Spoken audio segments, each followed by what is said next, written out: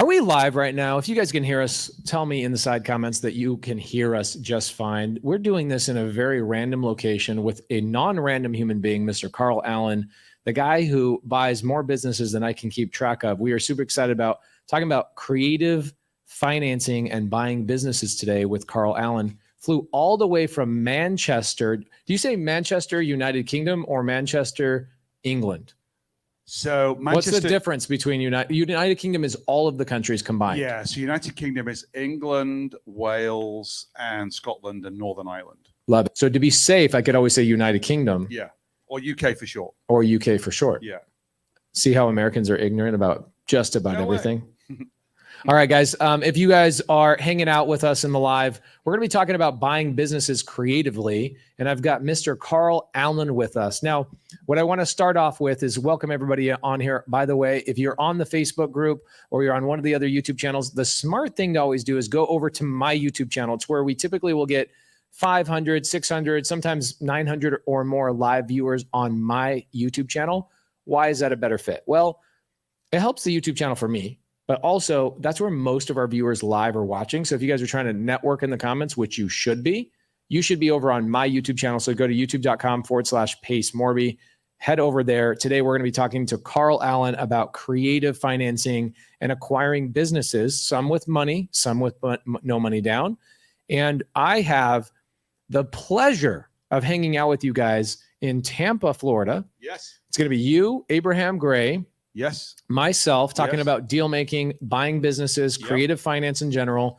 And you guys can, if you guys want to find out how to get over there, my wife is coming, my kids are coming. That's how cool this event is. Wow. It's going to be, I can't remember the dates. I'm sorry. 24th to the 26th of February in Tampa. 24th to 26th of February in Tampa, Florida. And you can go to dealmaker.live to get more details of that.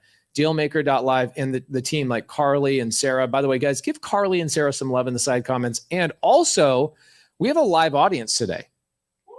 You know what we should do? Because I haven't had a live audience for Get Creative Podcast. So what we might do is if you guys have questions in the live audience, I might have the team turn the camera around and have you guys ask a question. That's awesome. That'd be freaking cool. That'd be really cool.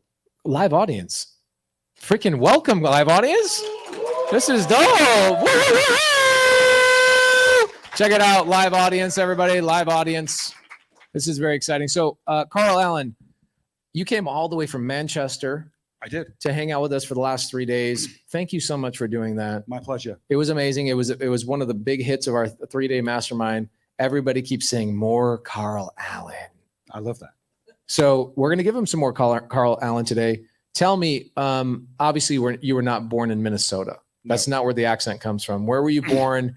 And how did you make yourself in? How did you make your way into United States business? Okay, so I was born in Manchester, England, where I reside quite a lot of my time, and I went to work on Wall Street. So I left university when I was 21. So that's 31 years ago now. So I'm 52. I went to work on Wall Street, buying and selling businesses for the likes of. Does 30 years go by faster than you thought it was going to go by? Yeah, crazy. Yeah, absolutely unbelievable. It goes by like that. 3 decades, 5 children later, a grandchild now. Oh, granddaddy. Yeah, granddaddy. Wow, that's cool. Yeah, I have a 2-year-old granddaughter, Lola. Whoa, yeah. Cool. Yeah, it's amazing. So come to Wall Street in America. Yeah. So I 21 years old. 21 years old. I started working for an investment bank, Bank of America in London. Within a few months, I was deployed to work on some deals with IBM and GE and Boeing and a lot of those types of businesses. So I came over to the States and it was amazing. Have you ever seen the movie G.I. Jane? Love that. So G.I. Jane. I'm into brunettes. She was so hot. Yeah, I know. So the very first day she goes in the Navy SEAL training and they say to her, the Master Chief says, 90% of you will not survive this course. And the first day does not end until I get my first quitter. I think they stole that from Wall Street because that's the exact same thing they told us on our orientation day. The first day doesn't end until we have our first quitter. Yeah, it was 7:30 a.m. You imagine being the first quitter of that day? Yeah, 7:30 a.m. the following day. And what they used to do, they would give you what they called sweat deals. So they give you imaginary deals, make you think like you're a real deal maker. You're analyzing balance sheets and income statements and all this stuff, and they're made up. This is at age 21. Age 21. They want to see, have you got the chops? Have you got the grit to really tough it out? A bit like in the military, in the Navy SEALs. So I did that. I worked on Wall Street for many, many years. I left, must have been 2002. So survived the whole kind of meltdown of the .com. And I just got kind of burnt out and stale. So I left. I went to business school in Chicago. So I went to the Graduate School of Business in Chicago. Then I went to work for a private equity firm, and we invested in a technology company, which we ended up selling to HP, the computer company. And I went along with that deal. So my last real job was working for HP. So I was doing deals all over the world. I spent $26 billion of their money buying software companies and service companies. So you were kind of like a mercenary. Like they would say, here's our ammunition, which is money. Yeah. Go out and take prisoners. Absolutely. Yeah. But that changed. My life completely changed on the 1st of February, 2008. So it's 15 years. Damn, don't bring up 2008, bro. Like it's 15 years on people, Wednesday. some people anybody have PTSD from 2008? Hot damn. Yeah. So I have PTSD because the 1st of February, 2008, I'm in a boardroom in Moscow, in Russia. And I'm with my CEO of HP, a guy called Mark Hurd, and we're trying to buy this company. And it's a really kind of complicated deal. We're doing all those negotiations, and my phone is ringing like every 30 seconds. It's my wife. I'm like, okay, something's wrong. And she was pregnant at the time. So I answers the phone. I said, hey, honey, sorry, can't chat for long. I'm trying to get this deal done. I'll probably be home in a couple of days. She's like, you need to come home right now. My waters have broke. I know I'm 4 weeks early. I'm in the back of the ambulance. You got to get back to the UK. So, my gosh. So I panicked. Luckily, I had my phone, my wallet, and my passport. I ran out of the meeting room. I hailed a cab, which is not easy in the center of Moscow. My luggage and my computer are still there. I've never been back. So I dashed to the airport, flew home, police escort from the airport to the hospital, and I made it. And my son was born about 10 minutes later. And yes, 10 so I made 10 minutes to spare. 10 minutes to spare. My wife, bless her, she held on. It was crazy. So I'm cradling this little guy in my arms, and he was wearing a little hat. Babies come with hats. I didn't realize that. So wearing this little hat, and I'm cradling this little. He was so small because he was like 4 weeks early. And I looked at him and I just said, I can't do this anymore. Running all over the world, working for other people. I'm done. So I walked away from like 7 figures of options and bonuses and all that nonsense. And I quit. I retired at 37 to become a dad. I had other children as well, but I thought I was going to be here for my family. 3 weeks later, I was ready to kill myself. It was like, oh my God, like I'd gone from 100 miles an hour to nothing. And I wasn't feeling too great. I sat down with my wife one day and I said, like, what am I going to do? I don't want to have another job. I want to be close to you. I don't want to be traveling all over the world. She said, well, your biggest strength is your biggest weakness. You know how to do deals, but damn, you don't want to be running a business or working for somebody else. So I decided to become a business broker. So business brokers like the MLS. This is an interesting job that a lot of people don't know exists. Yeah. Are there like only one business broker per state? No, there's thousands and thousands and thousands. You have like an MLS like Biz Buy Sell or like Empire Flippers, Website Closers. I want people to be aware of this because when I got into your world, I've been a fan of yours. I tease you when I first met you in person. I was like, you should have not stopped doing YouTube because you're so great. You're articulate. Your storytelling is amazing. Thank you. You guys should have been doing a lot more along the way. But what people don't notice or don't know about this business that we're about to talk about, which is acquiring and buying businesses, is that this is a massive deal. Oh yeah. Just because you don't see it going on doesn't mean it doesn't exist. So did you already know business brokers existed at this point? I did. And obviously there's hierarchies of business brokers. So you've got investment banks where I used to work. We're doing $1 billion deals. Then you've got boutique corporate finance firms. They're doing the $10 to $100 million deals. And then all the other deals, which bear in mind are 99% of all the businesses in the world, those are sold by business brokers. Some of them are one-man bands. Some of them are larger companies. So I thought I'd become a business broker. I know how to buy and sell companies. I know how to broker deals. I know how to negotiate. So my very first deal that I looked at, it was a transportation company. Now, bearing in mind, I'd come out of the technology industry. I'd done engineering deals, software deals. I didn't know much about transportation, trucking. So I found this deal. I set myself up in my spare room at home in my office and started looking for deals. And I found this transport company. And I spent 3 months, really got to know the business, the owners, the customer base, the opportunity. And my job was to go out and find a buyer. Now, as a broker, a bit like as a real estate agent, you make the money on the back end. You make the money when you transact. So I'll never forget, I'd found this buyer. We'd agreed the deal. All the due diligence had been done. It's the night before closing. Now, in England, UK, Manchester United, most deals close on a Friday. Everybody works like a Friday close. All the deals close on a Friday. So it's Thursday night. I'm in my office at home getting all my documents ready. I've got like a $250,000 fee waiting for me tomorrow when this deal closes. I've done all the work. And the phone rings, and it's one of the business owners, 2 brothers, Colin and Alan. And I said, hey, excited. Are you ready to go? Did you just say Carl and Alan? Colin and Alan. Oh, okay. I'm like, damn, that's really weird. Yeah, that is weird. That Carl weird. and Alan? Okay. So Colin and Alan, the 2 brothers of this transport company, they said, hey, we're pulling this deal. I'm like, no. 3 months of work down the line. Why are you pulling the deal? Come down. We've called an all hands employee meeting and we'll explain it. So I get in my car. I'm driving down we call them motorways in the UK, and it's lashing down with rain. And I walked into the business, and it was a transportation company, but it had like a warehousing business with it as well. So all the employees are all in the warehouse, and there's lots of kind of like sad faces. And I said, what's going on? They said, well, we've pulled the deal because the buyer has come into the business today and told us he's firing everybody. He only wants the trucks and he only wants the customers. Oh, my word. He's selling the real estate to a supermarket chain. He doesn't want any of the employees. And whilst you've done a great job getting us this amazing offer price for the business, we can't retire on a beach drinking cocktails knowing that all these employees are going to be put in harm's way. Some of them have been with us 25 years. So we can't do that.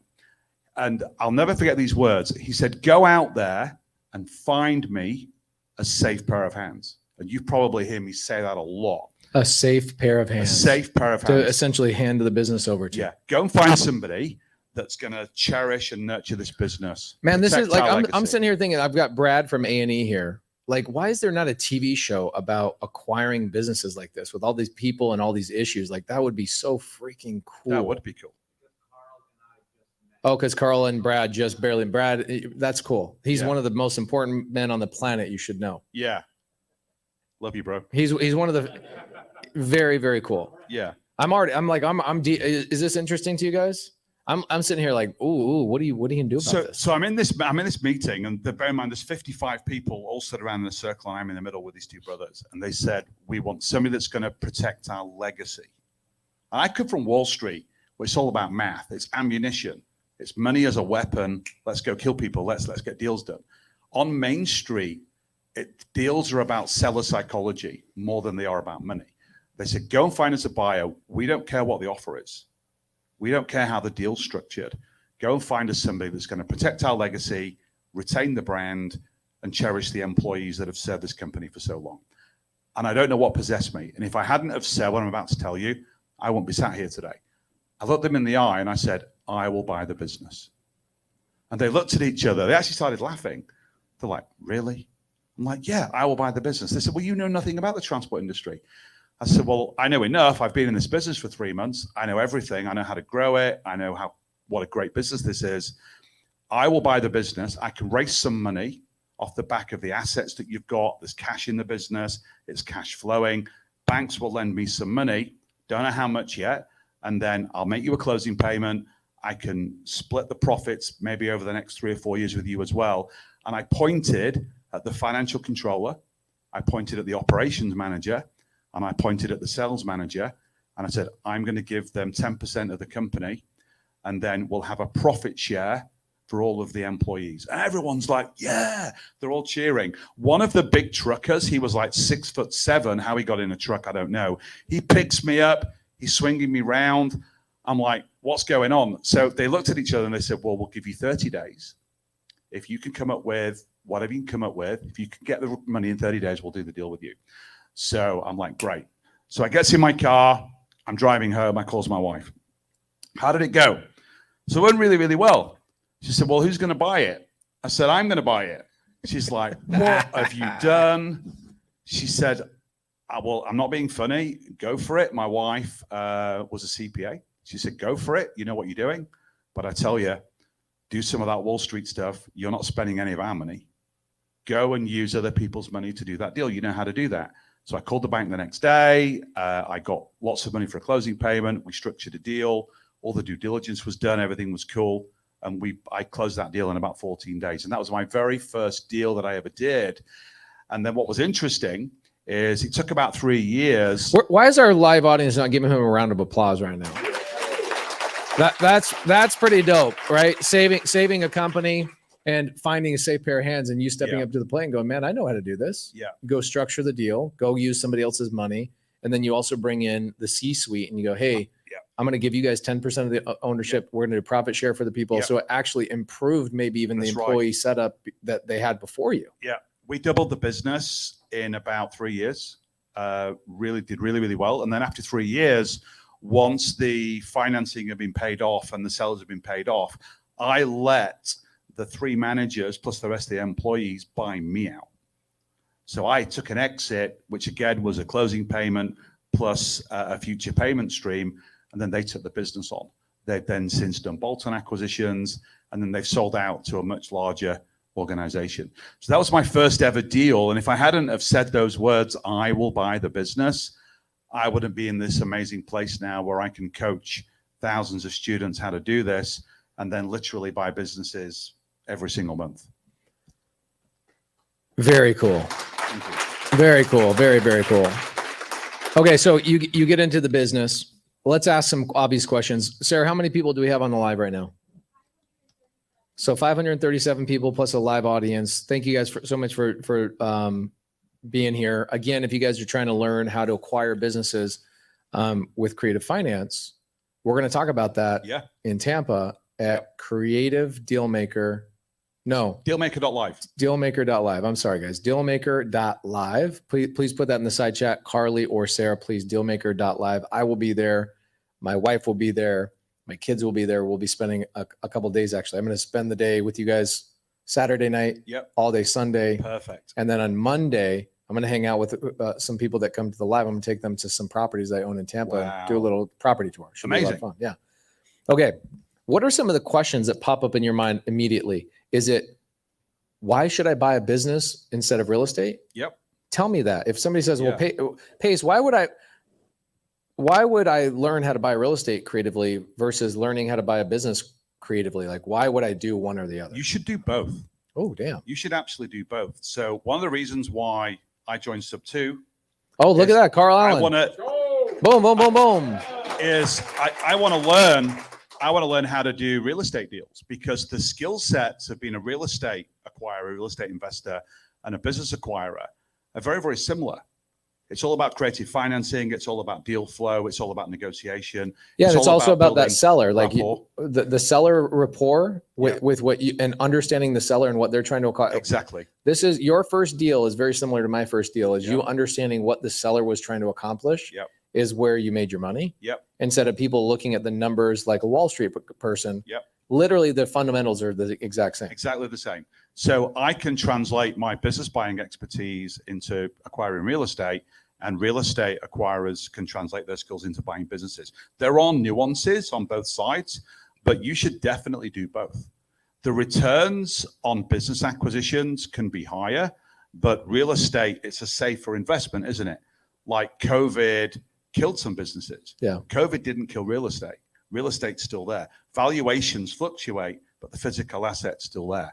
And one of the reasons why I'm moving to the States, because I'm doing more deals over here, because this is really the land of opportunity. I want to buy real estate because it's a tax incentive. In the UK, they don't do that. The UK is like pretty, we're very archaic. That's too bad. Yeah, you can't. You can avoid all taxes here if you just own real estate. I know. Why do you think I'm moving here? Little cheat code. I know, absolutely. I love it. Okay, so acquiring businesses brings in a lot of income, which is great. Absolutely. And then you can offset that income by acquiring real estate. Exactly. So it's kind of the great double whammy. Yeah. And what you can also do is buy businesses that own real estate. Yes. So you can buy hotels, bars, restaurants, stores. You can buy like a manufacturing company might have real estate that comes with it. So you can combine the two when you actually do an acquisition. So, Okay, a couple of questions because what I want to do is we had the team stay late tonight, so we're going to 25 more minutes. That's it. Okay, if you guys want us to bring Carl Allen back multiple times, please make a comment down in the side comments. We'd love to hear what you guys have to say. Also, you guys can see us in Tampa at dealmaker.live. But a couple of questions if I was brand new that I would want to know. If I started, let's say right now, here we are, February 1st, basically. Yep. 2023. Yep. I have 11 months left to go. Yep. Could I find a business, acquire that business with creative finance? Yep. Use no money of my own. No money of your own. And have cash flow coming in by the end of the year. You could have cash. You could do that and have cash flow coming in by the end of February, or even end of March. Interesting. Do you want me to tell you exactly how to do it? Wow. Look at this. How dope is it to have a live audience? Should I just do this every Sunday? Have a live audience? Yeah. That'd be great. So, do you want me to tell you exactly how to do it in 2 minutes? Yes. Right. Okay. So, step number 1: define your buy box. Okay. There's 2 million plus businesses for sale in the United States right now. There's too many deals for you to look at. Write that down. 2 million businesses. About 2.1 million. Okay, 2.1 million for sale. Does that mean 2.1 million for sale that have actively said, "Hey, I'm raising my hand. I want to sell my business," or is that collectively even the off-market stuff that have not been approached yet? Yeah, it's both. Okay, got it. It's both. Okay. So about 1 million online, I'm selling. I've got a price, and about 1 million that they're talking to wealth managers, attorneys, CPAs Love it. that want to sell. So first thing you do, go define your buy box. So, what are my skills? What's my background? What am I passionate about? Do I like e-com? Do I like healthcare? Do I like manufacturing? Whatever your sector is, determine that. Do you have a buy box that you could say in less than 20 seconds? Yeah, so I'm into e-com, professional services, manufacturing, and I love buying CPA firms. Those are my buy boxes. Oh my gosh. CPA firms. That's a lead gen for you too, right? Oh yeah. That's why I like CPA firms. So Armand, just so you know, I was talking to Armand earlier today. He's like, Pace, what you should do? We were talking, yeah. He's like, you should go buy CPA firms because then you have all the data of what these businesses are doing that you could then approach them for acquiring them. Yeah, it's a lead gen. So, and if you're a business owner, before you go anywhere near a broker, you tell 4 people, apart from your spouse. You tell your CPA, your attorney, you tell your wealth manager, and you tell your bank or whoever else is partnering with you financially in the business. So if you're building a network of those professionals in your local area, they have access to deal flow before anyone else gets it. And off-market deal flow is the holy grail. Buy box, right? Abraham, Nathan, will you put this on Abraham in the pink shirt? Flip-flop boy. Look for the flip-flops. Okay, Abraham, real quick, will you here, Keanu, grab this mic. I want to ask Abraham, what is your buy box? Okay, because Abraham's also going to be in Tampa. Oh, dope! Sarah's on it, guys. Hey, what's up? Yeah. Give it up for Abraham, guys. Give him some love, please. Live audience. Boom, boom, boom, boom. Love you, man. Yeah. Okay, so Abraham Gray, just so you guys know, has done over 400 deals with sub-2 students in the last couple of years. He understands real estate at a very high level, but also he owns about 40 businesses, somewhere around there. Yeah. None of them are a shoe company. Otherwise, he would be wearing shoes right now. I can't afford them. Can't afford them. So the other day, you told me a buy box via text message, and I just thought, hey, Carl Allen, myself, and you are going to be speaking in Tampa. Yes. I want to give them another face to look at for them to come out to dealmaker.live. What is your buy box? So this is what's so cool. Me and Carl have totally different buy boxes. Like the stuff that he buys, I don't buy, and the stuff that I buy, he doesn't buy. So there's not really a right or wrong. Everyone should have a separate buy box, just like in real estate. My buy box is as simple as, well, I love entertainment in general, so I have a lot of entertainment concepts, but I really like buying stuff that entertainment meaning like strip clubs. Yes. No, okay. I have. I don't know what entertainment. I'm stupid. Yeah. So I have a axe throwing. I have I have 16 axe throwing locations throughout the country. I have a lot of escape rooms. I have arts and craft studios. I have some putt golf. I have a lot of those type of entertainment stuff. But I also have trophy stores. I have a whole bunch of gyms, martial art gyms, and CrossFit gyms, and I have some restaurants, some dessert stores. So basically what I like to buy is I like buying stuff that is making at least 6 figures. So, at least 100,000 a year, but I try to, Are you saying in net profit or, net, or revenue? Net. Yeah. Okay, net. In gross, it's going to be at least $500,000 to $1 million typically, but I look at stuff that. So I have three important things. So a business essentially that you would acquire that at least in your first year of owning it, you're going to walk away with 100,000. At least 100,000, and that's on the low side. I go for a little bit more, but that was kind of my threshold. Okay. And then I look at ones that basically have an owner operator that's going to be there. Like if the business owner is the one running the whole business, then those kind of die right away unless there's somebody like really high up in there that could take over. So I don't want to buy a business and then have to like hire people. I do sometimes, but I don't want to hire the person running it. And I don't want to run it myself. I don't want to buy a job. I want to buy a business, right? I want to buy that cash flow. So that's a really, really important one. And then of course, the third one is something very, very similar to real estate. I want to buy one from a motivated seller. They have to be motivated. And if they're motivated, you can get the price that you want, the terms that you want, just like in creative financing when we're getting sub twos and owner finance. If you are trying to buy a property and you're buying it from an owner that's not motivated, are you ever going to be able to buy it sub two or ever? No. Impossible. No. Well, it's the same thing. It's the same thing in business. And there's many, many reasons why people get motivated. Obviously, the big one is they're retiring, but it could be divorce. It could be sick. It could be they're moving. It could be, they're just getting burnt out. They have a better opportunity. You go on forever. But the point is you got to find these motivated sellers. So those are the three most important things. Okay. Then that's one of the things we're going to get to. I know you said you're going to give us in 2 minutes, but I wanted people to understand what a buy box was. Yep. Surprisingly, a lot of people, not surprisingly, I got to remind myself that I didn't know what a buy box meant at one point. So Abraham, give it up for Abraham, live audience. I like having a live audience. This is dope. Yeah. Okay. So you got to determine your buy box. Yeah. So and I imagine for somebody that is like, okay, I know what a buy box is, but I need somebody to coach me on what my buy box should be based on my personality, who I am, my resources. That's actually something you coach on. Yeah. And there's kind of three things in a buy box. One is staying in your lane, do a deal in an industry that you either love or you've got some experience in. And if not, you can partner with people like on real estate. Stick in the kind of $1 to $10 million kind of revenue range. When you go below that, to Abraham's point, you're really buying a job. When you go above kind of the $10 million range, private equity, family offices, big corporates are buying those businesses. Do you know only 1 in 11 businesses that tries to sell in the United States actually does? This was mind blowing to me when I figured this out. 1 in 11. Those 2 million plus businesses that are for sale and have been for years on end. There was 206,000 businesses changed hands in the United States in 2000. Yeah, there's 10 times that for sale. That's right. 11 times that for sale. So you've got unlimited inventory and baby boomers.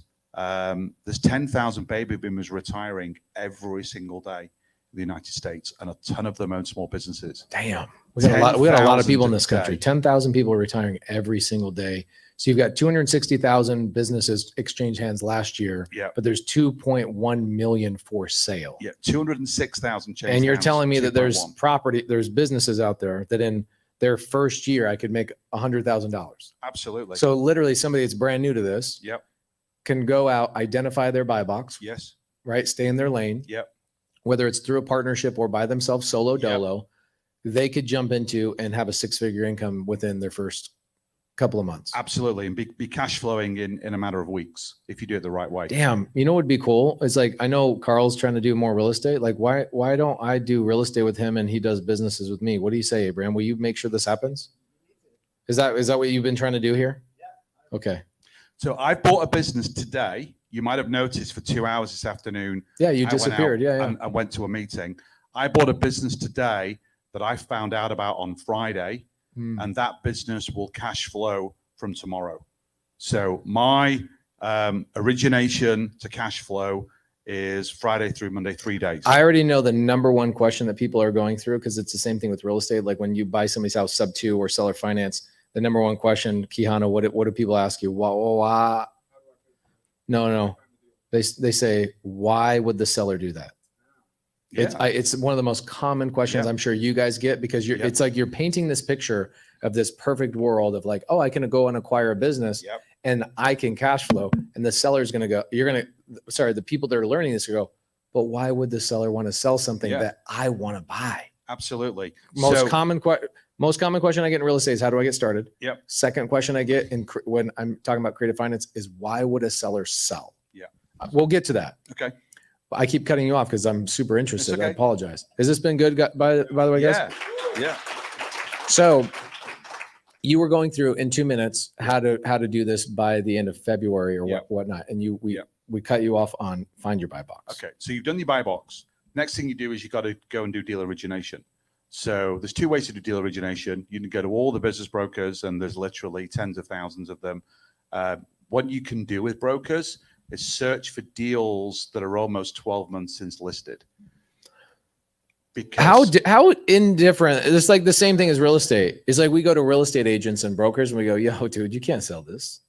Just, it's like we go on the MLS and we look at stuff that's been on the market for over 100 days. Yep. And that's where, like Kevin Cho, he's not in here right now, but the last 3 deals he sold me, he literally just goes on and goes, you're not selling this. It's not getting movement.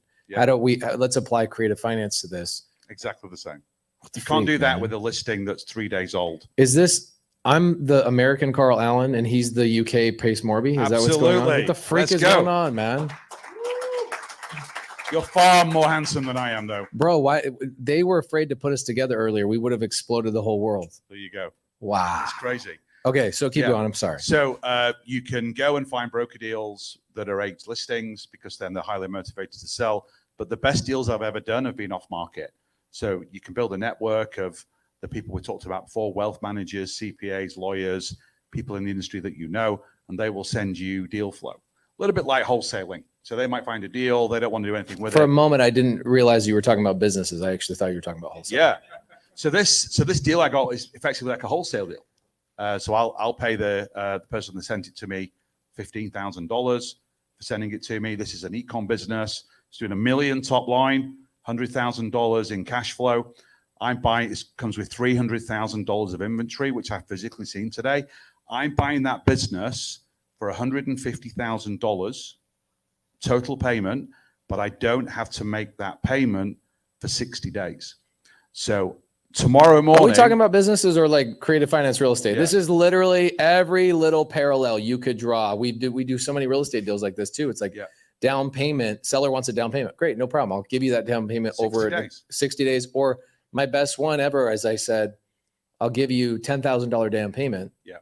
But I'll give it to you over the course of a year. Yeah. And the property cash flowed 12 grand that year. Yeah. Net cash flow. So I actually gave them all the cash flows the first year was my down payment. Yeah. And you owned it. And I owned it. Yeah. I owned it from day one before I even gave them the down payment. So I need to pay you the can seller. seller finance your down payment in business buying too? 100%. Damn. 100%. So I've got to make that payment in 60 days. Yes, I can pay it from my own cash. That's no problem. But I don't need to because that $300,000 of inventory is worth about $1 million of revenue because of the margins the business has. So when I turn those ads on tomorrow morning, when I own that business, then I'll have that $150,000 of cash in a matter of weeks. Or you can bring in a financial partner. If I wanted to, yeah. A private money lender. Yep.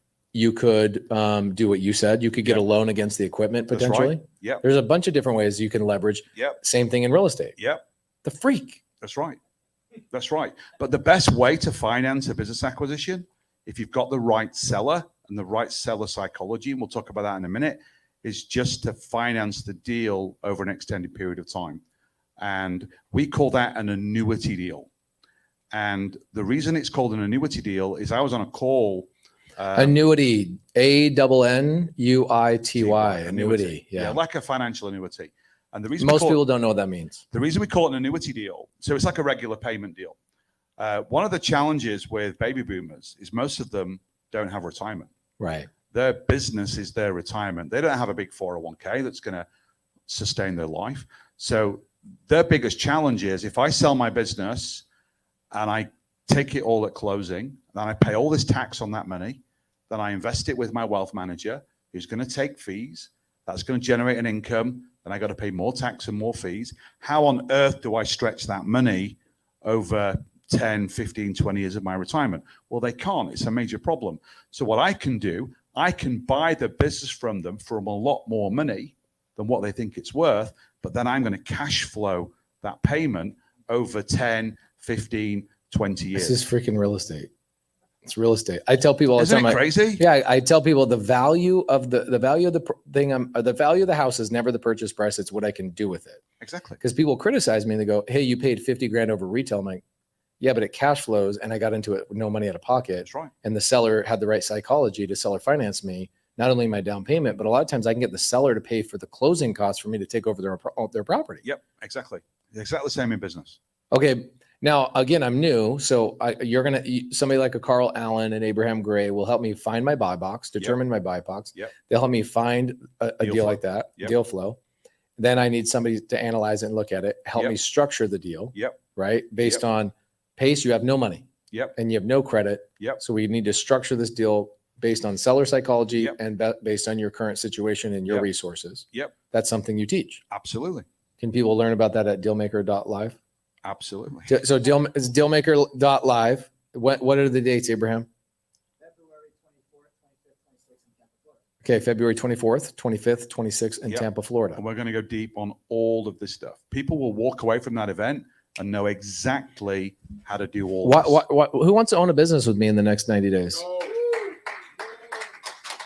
I mean, what's interesting is like for me, buying real estate is like putting on a pair of pants. Same thing with you with real Yeah. estate or with businesses. Yeah. Like, oh yeah, I bought a business Friday. I'm cash flowing by Monday. Exactly. Dude, they shouldn't have put us together. You know what I'm saying? Like, God, dude. Isn't it interesting though that the two ways historically that people have amassed wealth is buying businesses and buying real estate, and the 95% the same in terms of process, psychology, structure, origination. Very, very similar. They're very, very similar for a reason. 'cause they And the both motivation generate of the wealth, seller. but all the same. Because you get it, for us, we call them a tired landlord. Yep. Okay. You guys have a tired business owner. Yep. Do you guys have a name you call these people? We call our people tired landlords, right, Abraham? You just Yeah. call them a motivated seller. I call them distressed sellers of good businesses. That's what I call them. Distressed sellers of good businesses. And essentially what you're talking about is let's say that the avatar of somebody that built a trucking company for 20 years. Yeah. They weren't educated on how to build a business to exit. That's right. And so what happens when their time frame comes, they're like, man, this has paid all my payments my whole life. It's paid for my kids' college, my wedding, Yep. this, my that, all this stuff. I've had great life, but now I'm ready to hang up the hat. Yep. And they go sell it with a business broker, and nobody's there to buy it. No one's there to buy it. And even if a big, hungry But competitor meanwhile, comes in, people are they're going to gonna kill it. business school trying to figure out how to build a business. Yep, I know. And do you know what's crazy? That's stupid. Yeah. So I don't understand why people start businesses. It's like, if you want a Tesla, do you go on eBay and buy all the components, the glass, the battery, the wheels, Hell the no. cables, and then go on YouTube and figure out how do I connect it all together to make it work? No, you go to Tesla, you buy one that they've built for you, and you can finance the purchase of it. That's exactly why people should buy businesses rather than start one. I agree entirely. So just recently, right, got reintroduced. I've been a fan of yours for a while. Thank you. Get introduced by Abraham Gregg, good friend of mine out of Atlanta, Georgia. Actually, the richest man in Atlanta. He's my business partner as well. I love him. And currently the richest man in Arizona. When you leave Arizona, I'm the richest man in Arizona. Okay. So we get reintroduced, but I look at this and I'm like, okay, in the last 6 months, one thing that I am constantly referring out in my life is property insurance. Okay. So I go to my team and I go, guys, we need to start a property insurance company. Right? Got a big building. Here's a big building. Got hundreds of employees. Shout out to our employees for staying late tonight. Thank you guys so much. Okay. So I'm sitting here thinking, let me go start an insurance business because that's what I've learned my whole life, right? Contractor, growing up. Yeah. You asked the question, I don't know why anybody builds a business. Well, that's because that's what their daddy taught them. Yeah. That's what my daddy taught me. Some stupid stuff. Good stuff, but also at some Yeah. point it becomes, not Get it's hard work, not smart work.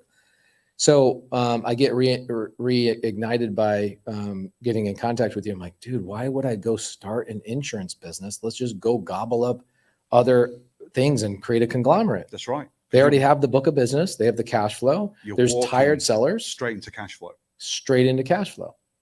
And one of the hardest parts about building a business is your first hire, your second hire. You got to go through 20 hires to find a couple of good people. They're already there. They've already done all that work for you for 20, 30 years. They've created a company culture, a local brand. People know who they are. They have returning customers, and you weren't there for the first 20 years. So you're adopting 20 years of experience. That's why building a business is so good. So for me, I'm challenging both of you guys. I better own 12 businesses before the end of this year. Let's go.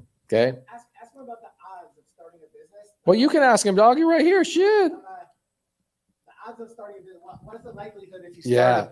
Say that. Say that to the people. What's the likelihood if you start a business today that you're going to be in business next year, in 5 years, and in 10 years? Yeah. I think most people in here should kind of know. We've all heard these statistics. I'm going to take a guess. You tell me if I'm wrong. Go on. What's the question again, Abraham? What are the chances if you start a business today that you're actually going to be in business in 1 year from now? We're looking for a percentage here. Yeah. Yep. Okay. What do we think as the audience? What do we shout out some numbers, guys? What are you thinking? Everybody in the comments, shout out some numbers. 40%? 20%. So 20%. That would mean 1 in 5 businesses succeeds in a couple of years. I don't think it's even that high. So 50% will fail in the first year. Damn. 80% will fail by year 5. 96% will fail by year 10. So after 10 years, 24 out of 25 businesses that start today will be dead. So if you go and buy a business that's 10 years old, which is one of the things in my buy box, they've survived all of those odds. They've gone through all of those different things. They've gone through COVID, the global financial crisis, Bad partnerships, divorces, bad divorces, employees, theft, all that crazy stuff. They've gone through all that. They're still around. Go buy that business. It's cash flowing. It's got credit. It's got I employees. like that. Add that. Do you add that Reputation. filter to your buy box, Abraham? Yeah. So mine, I don't necessarily have to have 10 years, but I definitely I'm target looking for 5 years 10 or years. longer. I 10 like years that. is smart. 10 years is smarter. I'm good with 5 years or more, but I'm a little bit more picky if it's less than 10 years. Love it. I love that. I love that on one of the sides of my box that I'm going to create. I'm going to say 10 years or more because them have gone to war with partnerships and wives and kids that worked in the business and internal lawsuits, and It's bulletproof. it basically, yeah. It's a bulletproof business. You've been the 4% have made it through that tenure. Yep. Wow. Absolutely. 96%. 96% will fail. These are Michael Gerber's You're really making me statistics. feel motivated for starting a new business. Yeah, it's crazy. That is absolutely crazy. Yeah. The only business you should ever start is a deal making business. Put that on a t-shirt, dog. Shit. That's the only business you should ever start. That's really good.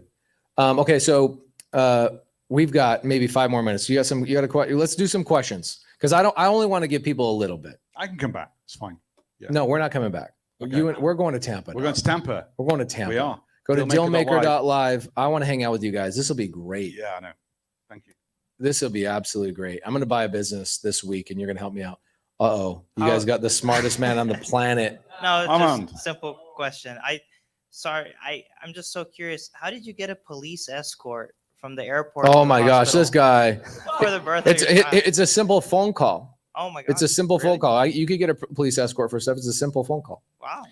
Yeah. So how did that happen? So obviously when I was about to get on the plane, I called the hospital and I told them what was going on. And obviously the traffic around the airport is crazy. So I don't know whether it was my wife or the hospital. They said, we've got to get this guy there as soon as humanly possible. So the police were waiting for me to get off the plane. Everybody else thought I was like a criminal or something, like the guy's been arrested. But they took me in the back of the car. They took me to the hospital and I made it 10 minutes to spare. Out of all the questions you could ask, Armand, I freaking love him so much. It's a great question. You have that guy next to you. There's going to be questions that are asked that you never even thought of. It's great. Chad Glover. Oh, Angela Wayne. Yeah, 2 questions. I can't tell people who you really are. You're a superhero in disguise, but the mastermind students can know who Thank you really you. are. You're just Angela Thank Wayne. That's kind of funny. Like Bruce Wayne. You are kind of like a superhero. The secret version of you is actually a superhero. Oh, thank you, Pace. I love you. Everybody loves you. Yeah. So I have 2 questions. With Pace, when we start with the buy box, we always need to start from which market we buy. Yep. We look at the population growth, we look at the red versus blue, that kind of thing. But when we define the buy box for the market, how do I define that? In other words, here in the real estate, people don't buy in California. Now, when we buy business, is California going to be good? Yeah. So I'm looking for businesses that are in growth markets. I'm looking for businesses that I can add a lot of value to. I'm looking for. We're talking about real estate right now. We're talking about businesses. I mean, everything is the same. This I is know. so great. Yeah. So I'll tell you what some of my I don't have favorite. to learn anything, dude. This is so good. So some of my favorite industries are. So I want to do deals in sectors that are strong. So I love the home services industry. That is Home crazy. services like cleaning services. So electrical, plumbing, carpentry. That's not anything- going to be replaced by AI anytime soon. Absolutely not. And if you're a real estate investor and you're in that world, you should be going out and buying those businesses. If you're doing fix and flips in real estate, you see, I've been in sub 2-3 days and I've got all the lingo down. I know all the terms. Yeah. So if you're in a fix and flip in real estate, somebody was telling me on Saturday, one of their challenges is they can't find the crews fast enough to do the flips. Go and buy that company. Go and buy the contracting company that's going to do all that work. So I love home services. I love anything in e-com, especially female health and beauty. That's like one of my big passions right now. That's the business I bought today. It's a female health and beauty e-com. You bought Kylie Jenner's business today? No, not quite. That'd be dope. Yeah, that would be good, wouldn't it? Yeah, it would be That would be good. So that's another one of mine. I love professional services companies. So CPA firms, marketing agencies, staffing agencies. Love those businesses. Staffing agencies, I mean, until you're in a business, you don't really realize how powerful and how important those are. Yes. Oh my gosh, like we have a full-time person between a couple of our businesses. All they do is work with another staffing company all day long, acquiring really quality employees all day long. Yeah. Really, really important. That's So cool. I love staffing agencies, and then I love engineering. I love engineering businesses, especially like machine shops and those types of businesses. Okay. They're dominated by retiring baby boomers. They care more about their employees and their legacy than they do about money. They're really stable. They've got fantastic margins. They're all B2B businesses. So anything in automotive, anything in aerospace, all those types of businesses, love those businesses as well. And I own businesses in all of those different. I love how even the buy box is based on seller psychology. Yeah. Right. Because even in real estate, we're doing the same thing. Like I'll look at a small multifamily. You know, we've got, by the way, Vina Jetty's in the house. Everybody give her some love. Vina Jetty. So for me in the seller finance world of multifamily, I go, I'm going to stay between 30 and 150 units because that seller in a lot of ways was able to take that size of an asset on their own. Yep. Without really a big management team. Yeah. And they become a tired landlord. And also they are also the same demographic. Like, I'm going to sell this myself, or I'll just hold on to it for forever until I'm completely sick of it. Once you get past 150 units, at least from my calculation, you got a lot of brokers and a lot more people involved, and it becomes more problematic and challenging to do a creative finance deal with 150 units or more. So I'm backing into my buy box based on seller psychology. Yeah. My version of 150 units is about $10 million in annual business revenue. Wow. When I go above that, I have all those similar challenges. So I stay below that. Love that. Love that. Angela, did you have more questions? Yeah, one more question about the deal source. Again, in real estate, we have on-market, off-market, Yeah. auction, tax lien, that kind of stuff. Yeah. Now for the business, is there anything similar to, because you talk about the broker and the listings, Yeah. but are there anything also similar to the auctions? the Buy, tax buy lien, those biz, kind of sell, thing? probably. Yeah. So BizBuy sells like the primary MLS. Bro, why have we not created an MLS for businesses? Yeah. Is that something that's too big of a thing to create? Like somebody bigger than us has to create? No, that's actually something that I'm going to do in the next 3 to 5 years. I'm going to create a digital marketplace for all the buyers and all the sellers in the United States that want to do deals. And I'll tell you why that's really important.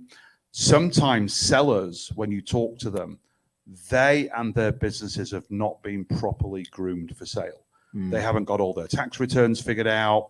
They're working in their business, not on their business. And psychologically, they've not prepared themselves for what I call the afterlife, the new season.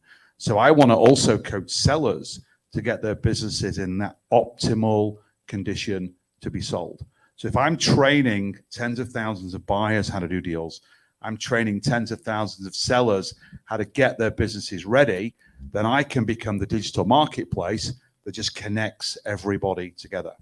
So that's my mission. This is why I'm doing this. It's such a big opportunity because if you look at the real estate world before the MLS existed, Yeah. it's very much like the business environment right now. Like there's some websites that are doing certain things, but you haven't had one place like somebody that figures that out. That's a multi-billion-dollar idea. Yeah, absolutely huge. Thank you. Couple of questions. Here's what we're gonna do. We're gonna do 3 questions. We're gonna wrap it up because we have a team that I told them let them go 5 minutes ago. So Tanisha's like, yes, that's good boy, Pace. Good boy. 3 questions. Before we go into the questions, I want to remind everybody, where do we go if you want to come out to Tampa? Dealmaker.live. If you guys didn't know it, that means I didn't say it enough. That means I've said it enough. Dealmaker.live. I'll be there. Abraham Gray, are you going to wear shoes or are you going to wear sandals? Oh, no way. Do you want me to bring you some Yeezys? They have sandal Yeezys if you want to get some of those. No, you look so good in sandals, bro. You need to have a logo on your shirt that's like your foot in a sandal. It's great. Vina Jetty, are you ready for some Vina Jetty? I have a question for Love you. it. Okay, so what would you say the single biggest mistake buyers and sellers make? Like as a buyer, what's the single biggest mistake? And as a seller, what's the single biggest mistake? Wow. Yeah, great question. Biggest mistake a buyer will make is trying to do deals outside of their lane without having a partner. So I have a student in my protege program that he's a global sales director for IBM. So he should be buying a technology company. Like, oh my God, everyone's going to want to sell to him. He wants to buy a vineyard. And I said to him, like, dude, why do you want to buy a vineyard? He's like, I freaking love wine. I drink it every night. I said, great, but do you know how to grow it, harvest it, ferment it, sell it? Do you know how to operate a vineyard? He's like, no. So why on earth would you buy a vineyard? Because I'm really passionate about it. Great, just go and find an operating partner. You can do the deal together. He can run the business. You can drink the wine, and you can share in the cash flow. So staying in your lane it makes it so much easier to do that. The biggest mistake a seller will make is not being psychologically prepared for an exit. And you've got to think about a lot of these business owners, these boomers. They've been in their businesses 10, 20, 30, 40 years. I've got one I'm negotiating right now, 50-year trucking company. They've probably spent more time in that business than they have with their own family. No doubt. And for some of them, it's like giving up their child, and they're not ready. They haven't figured out what are they going to do in their afterlife. So one of the first things I ever ask a seller is, what are you going to do next? Like, are you going to go play golf, go on vacation? You're going to start another company? Like, what are you going to do? A lot of the time, say, well, I've not thought about that. Well, you need to figure that out. Otherwise, you're going to get buyers, you're going to get sellers remorse. In the middle of the deal. When I take over your business and you have nothing to do after the handover period, sometimes, like when I left HP, I was really depressed after about 3 weeks because I had nothing to do apart from changing, you call them diapers, right? Changing diapers. What do you guys call them? Nappies. Nappies. Yeah. Nappies. We take nappies in the afternoon. Yeah, nappies. So after about 3 weeks of changing nappies, I had nothing else to do. I had no hobbies. I've been a Wall Street guy all my life. I didn't know how to play golf. I didn't know how to do anything else. That was my life. So the biggest mistake a seller can make is not knowing what they want to do. And sometimes as a buyer, you've got to future pace them through that. And I actually do that to help sell the negotiation on the deal. I'll say, imagine, we do this deal. I can have you out of this deal in 4 days. We're talking about business? Yeah. Or what are you real going to do estate? on Friday? You're going to go on vacation? Are you going to spend more time with your children, your grandchildren? Like, you're going to play more golf? Like, what's a new hobby? Do you want to learn a language? Is there something that you can do? And like on one deal, I didn't make a closing payment. I paid for the guy to go on a woodworking course. It was $3,000. He's like, I don't know what I'm going to do. I said, well, what are you passionate about? I said, I love wood. I love woodworking. I said, well, I'll tell you what we'll do. I will pay for you to go on this woodworking course so you can learn this new skill, and then you can do that in the next season of your life. And he wasn't worried about the closing payment. I don't care about that. I bought him the woodworking course. And for that to cement the relationship and max out that rapport, that got me the deal done. Do you guys like the way he talks too? Thank you. Thank you. The way he says rapport says rapport. Rapport. I love it. And then also, what do you guys call yourself? Motorways. Motorways. Motorways. Yeah, I love it. We- Okay, we- 2 more questions. Chad Glover, Yes. the Chad. North Carolina lover. Yes. So, real quick question. He said something about getting an attorney. Then a broker went down a list. At what point do you go to the attorney? Yeah, that's a great question. Let's. So- I don't know if people could hear you in the audience. Let me just reiterate the question. At what point do you go to an attorney? So as soon as humanly possible, because these are all people that can send you deals. If you're buying a business, you absolutely need an attorney, unless you're an attorney and you want to do the legal paperwork. It's like when you're buying and selling real estate, you need a lawyer to transact that paperwork, to paper the deal for you. So one of the mistakes some buyers make is they only go and start networking with attorneys just before they're ready to close the deal. If you do it now when you first start and you start to build those relationships, they will send you deal flow. They're all connected into the small business marketplace. They will have access to deals that a broker's never going to see. 80% of all businesses that do sell, those 206,000, sell off market. Only about 20% sell through the broker sites. Very So interesting. you're leaving a lot of deals on the table if you don't network with these dealers. And here's the other thing, Chad. Did you notice who Vina Jetty traveled with this weekend? Who did she travel with? Her attorney. Okay. You become friends with your attorney.